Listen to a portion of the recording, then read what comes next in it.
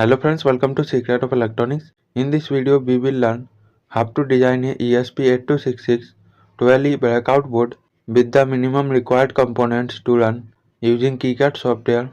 Open the KiCad software and create a new project. I am naming this project Simple ESP8266 12E Development Board. If you want to give a different name to this project, you can do so.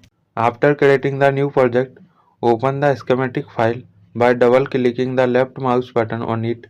After opening the schematic file, open the symbol library by left-clicking on the symbol library option.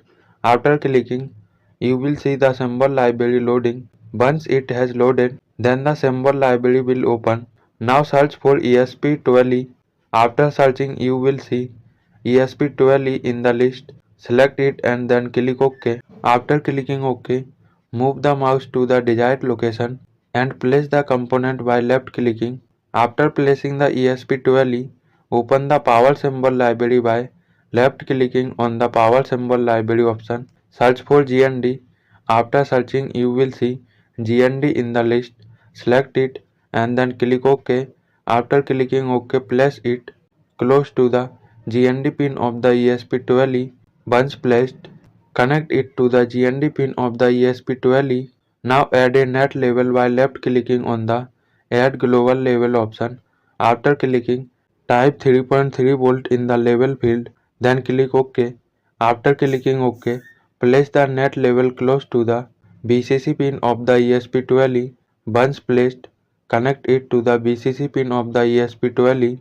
Now open the symbol library again and search for register. After searching, you will see R in the list. Select it and then click OK. Place it close to the reset and enable pins of the ESP12E. After placing it, connect one terminal of the register to the enable pin of the ESP12E. Copy the 3.3 volt net label and paste it near the remaining terminal of the register. After pasting and positioning it, connect it to the remaining terminal of the register. Now we need one more register. Copy the first register and paste it. After pasting, you will see the second register. Place it a short distance away from the first register. After placing it, copy the 3.3 volt net label and paste it. Then position it close to the second register. Once placed, connect it to one terminal of the second register. Now we need a push button. Open the symbol library and after opening it, search for push button. After searching, you will see SW_push. Select it and then click OK. Place the push button close to the remaining terminal of the second register. In KiCad, you can rotate any symbol by selecting it and pressing the R key on the keyboard. Connect one terminal of the push button to the remaining terminal of the second register.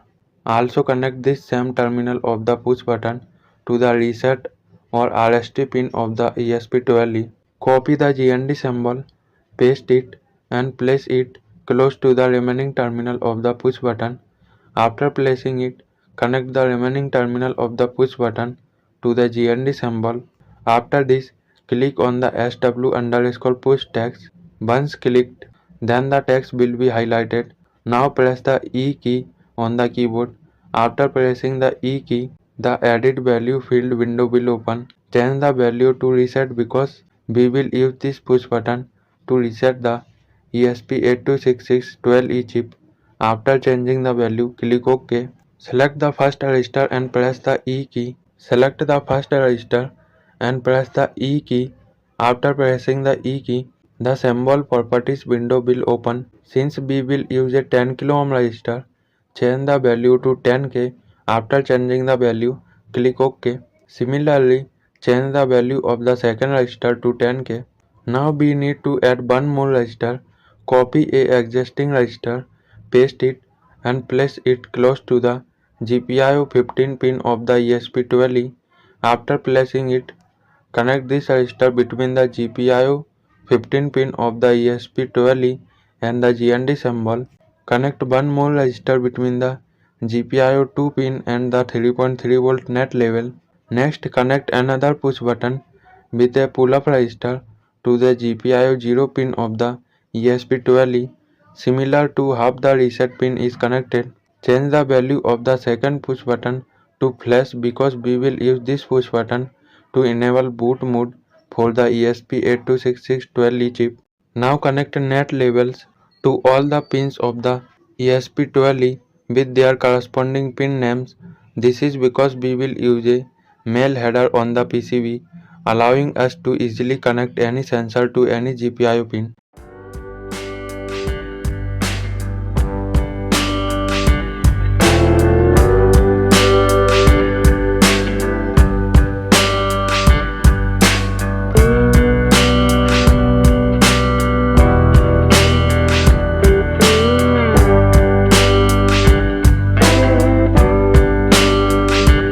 Now open the symbol library and search for connector.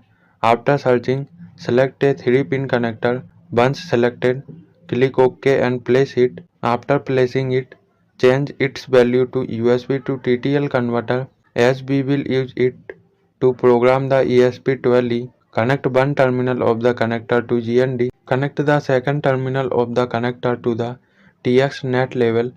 This will automatically connect it internally to the TX pin of the ESP12E. Similarly, connect the RX net level to the first terminal of the connector. After this, I am moving the entire schematic to the top corner of the sheet. We can move it by selecting it and then pressing the M key on the keyboard. Open the symbol library and add a 8-pin connector. After adding it, change its value to IO1. Next, connect all 8 pins of this connector to the ESP12E pins numbered 1 to 8 using the corresponding net labels.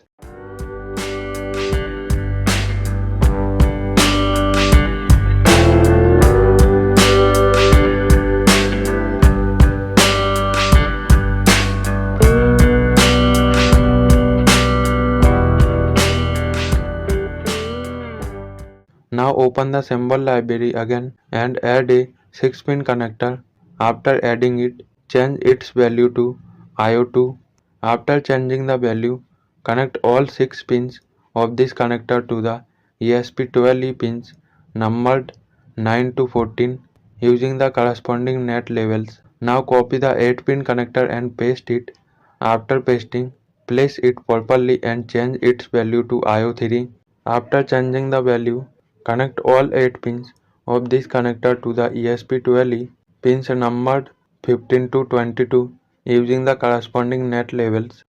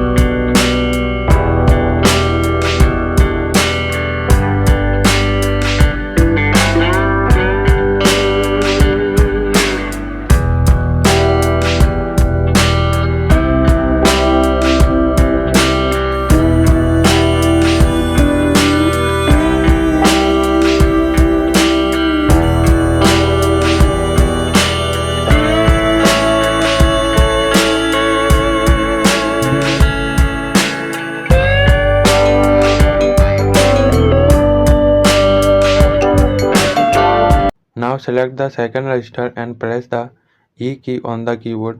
This will open the symbol properties window.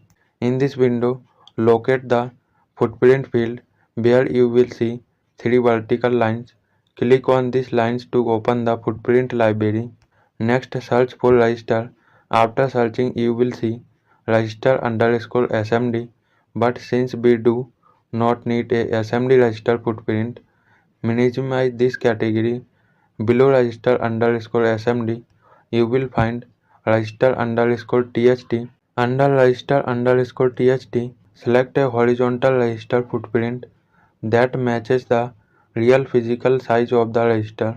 After selecting it, click OK and then click OK again to confirm. Now open the properties window of the same register again and copy the footprint.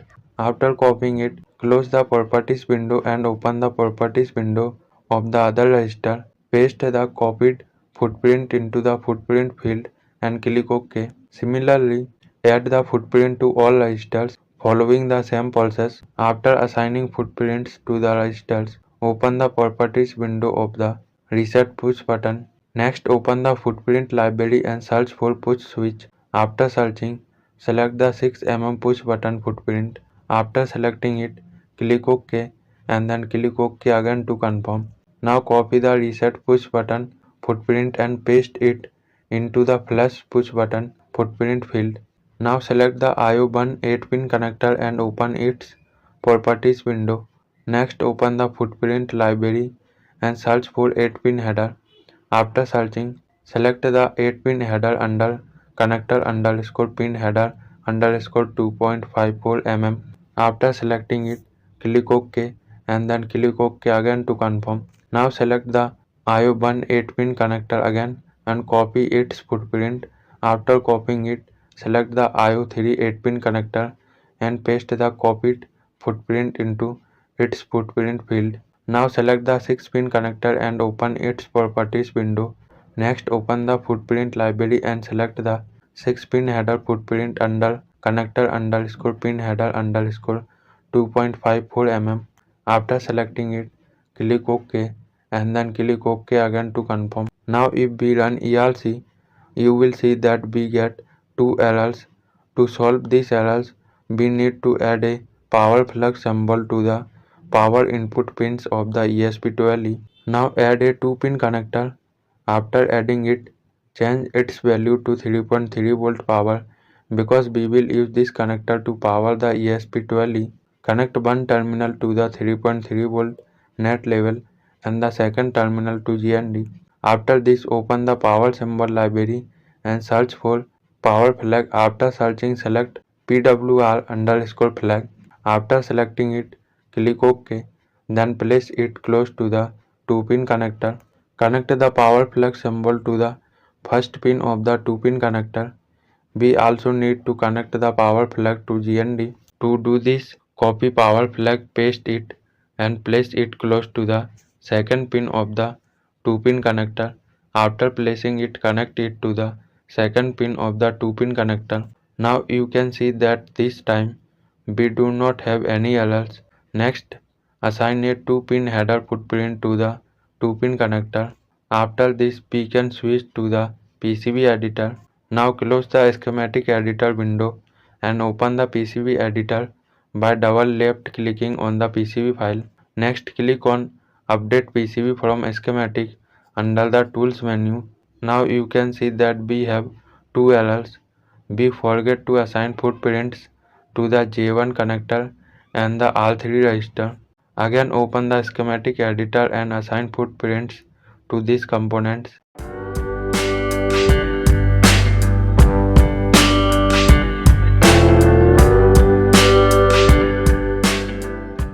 Now open the PCB editor window and click on Update PCB from Schematic under the Tools menu.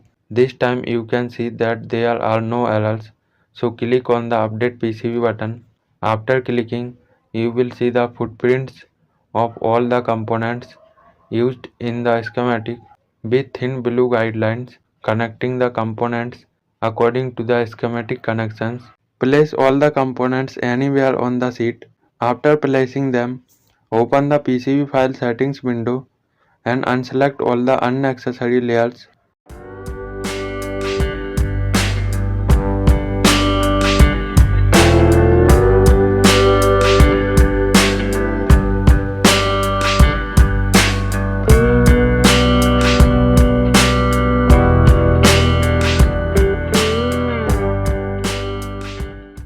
Next, I am changing the front and back solder mask so that when we view our PCB in the 3D viewer, then KiCad will display it in blue color. This step is optional.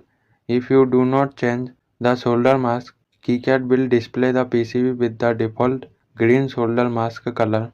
After making all the changes, click OK. Now select the edge cuts layer from the appearance section and draw a rectangle using the draw rectangle mode. After drawing the rectangle, You can exit draw rectangle mode or return to normal mode by pressing the escape key. Once the rectangle is created, move the ESP12E chip footprint inside the rectangle. Next, we need to move the ESP12E footprint to the bottom side of the PCB. This is necessary because if we fabricate the PCB using the etching method at home, then we will use a single layer copper clad board. Since the copper layer is only present on the bottom side, it is impossible to place the chip on the top side. To move the ESP12E footprint, select it and right click and then left click on the change side or flip option. Now you will see that the chip footprint pad color has changed to blue, indicating that the chip footprint has been moved to the bottom layer of the PCB. Now move all the footprints inside the rectangle.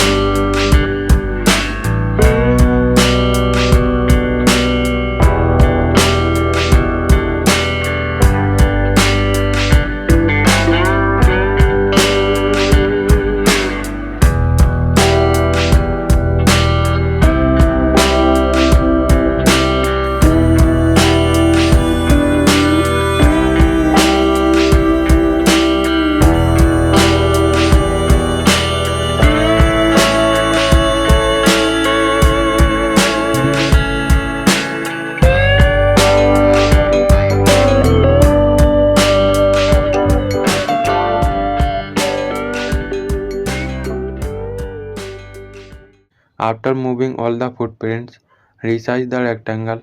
Once resized, if we view the PCB in the 3D viewer, then we can see that all the components, all footprints are placed on the PCB where there are no tracks on the PCB yard. So we need to route the PCB to create the necessary connections. Now select the bottom copper layer under the appearance section. After selecting the layer, connect all the footprints together according to the thin blue guidelines. If you are unsure how to connect the footprints, you can watch our detailed tutorial by clicking the I button.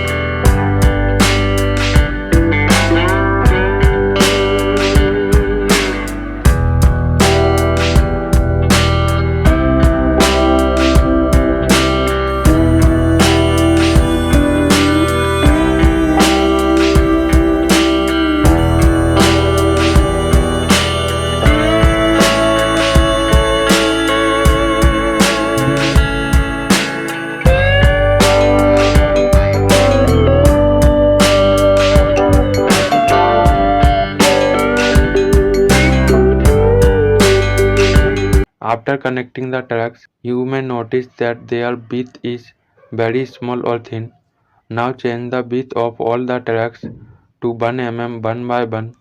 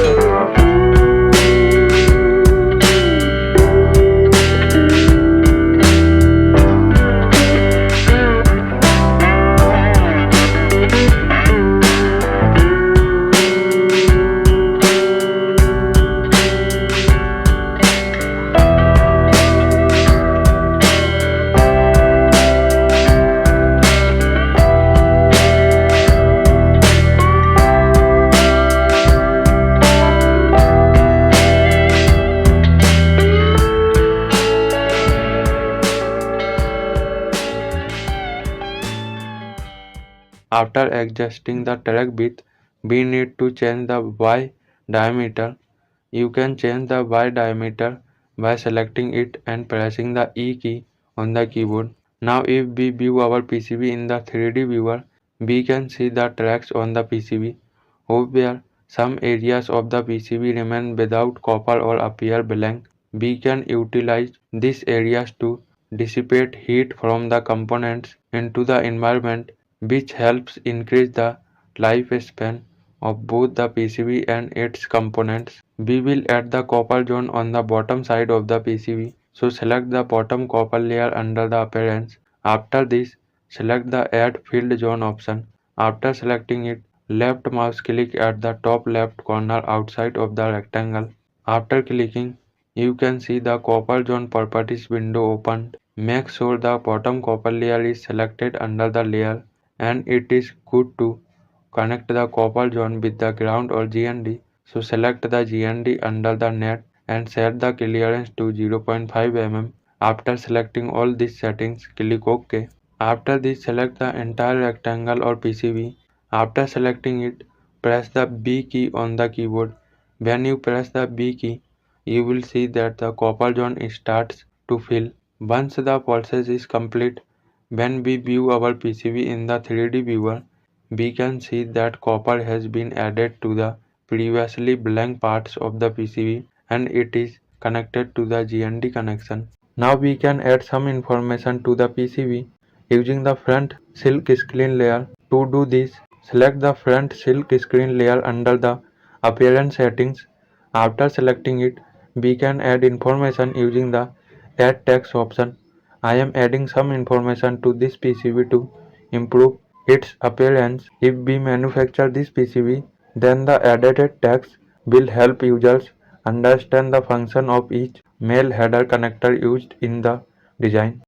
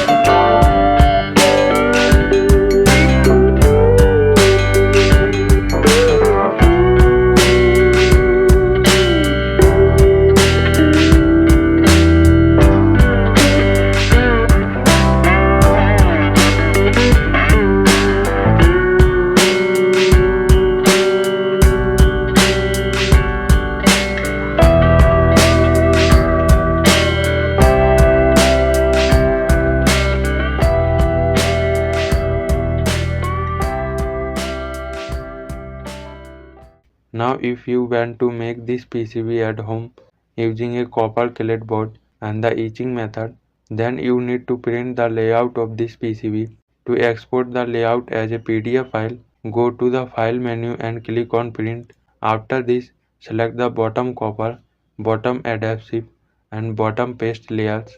You can preview the print layout before exporting the PDF by clicking the Print Preview button. After previewing, we can export the PCB layout as a PDF file by clicking on the Print button. I am saving this PDF file as a ESP826612E breakout board PCB. If you want to save it with a different name, you can do so. I have opened the PDF file and you can see the PCB layout in it. You can download the KiCad file of this project from the link provided in the description. If you liked this video, do not forget to subscribe to our YouTube channel to watch our upcoming interesting tutorials.